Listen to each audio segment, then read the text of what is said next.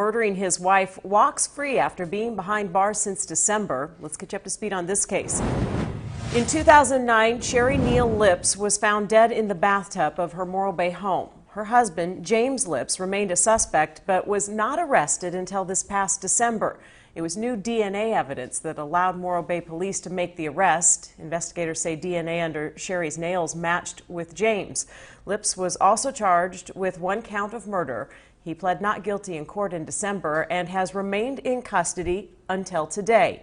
Amanda Starrantino was live in court. She's at the San Luis Obispo courthouse for us tonight. What allowed the judge to rule in favor of Lipps, or what prompted the judge to do that?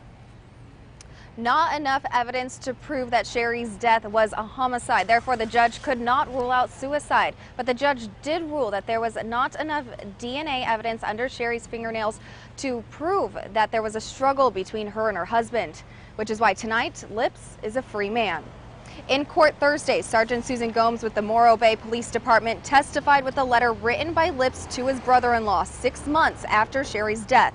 In it, Lipps reportedly said he was sorry for what had happened and thought he would get Sherre's Social Security, which would have paid the mortgage of their Morro Bay home.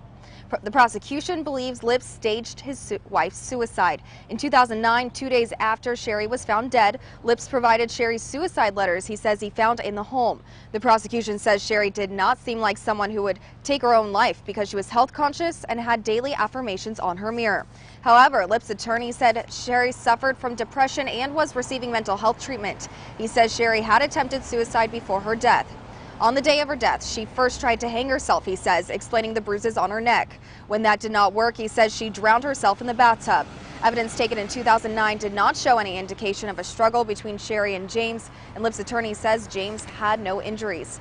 And I did speak with Lipps' attorney after the hearing today, and he says that there was a handwriting analysis done on those suicide letters that Lipps did provide for the police back in 2009. And a handwriting expert, he says, did claim that that writing was indeed Sherre's, but that evidence was not shown in the hearing this week.